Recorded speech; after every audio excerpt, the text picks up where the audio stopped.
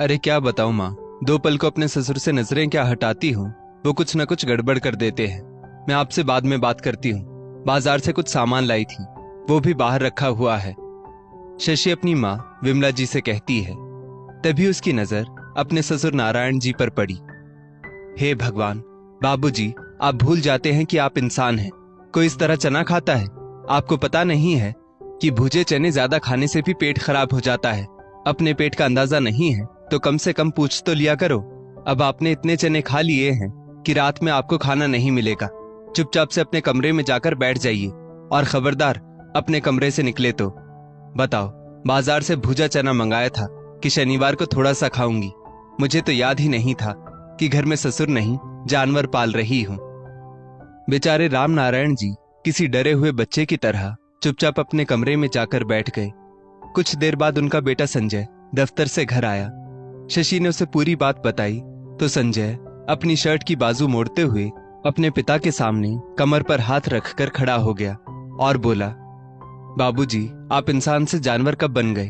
आपको कितनी बार कहा है जरूरत से ज्यादा मत खाया करो, फिर इधर उधर गंदगी फैलाते रहोगे।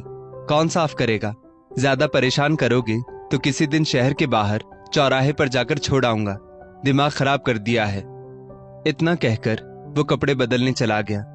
नारायण बाबू सोचने लगे, जिस बेटे के लिए दुनिया भर की स्वादिष्ट चीजें उसके सामने लाकर रख देता था, आज वो बेटा अगर मुझे भरपेट खाना दे देता तो मैं जानवरों जैसी हरकत नहीं करता। अपनी इस हालत का जिक्र करूं भी तो किससे करूं? मेरा बेटा किसी से बात भी तो नहीं करने देता। मेरी बेटी बिट्टू जब कभी फोन करती है तो ये दोनों मेरे सामने आकर खड़े हो जाते हैं ताकि मैं उसे अपना दुखड़ा भी ना बोल सकूं। हे ईश्वर, आखिर मेरे नसीब में तुमने लिखा क्या है? जब इस धरती पर मेरे लिए कोई नहीं है तो क्यों नहीं मुझे अपने पास बुला लेते हो? इतना कहकर नारायण बाबू रोने लगे। नारायण बाबू, जिनका एक समय में 80-90 किलो से वजन कम नहीं होता था, आज लगता है सूखकर 40-50 किलो के हो गए हैं। उनका अपना 3 मंजिला मकान है। सबसे नीचे उनके बेटा बहू अपने परिवार के साथ रहते हैं और ऊपर के 4 कमरे किराए पर लगे हैं, जिसका पैसा संजय ले लेता है। फिर भी अपने पिता को भरपेट खाना तक नहीं दे पाता।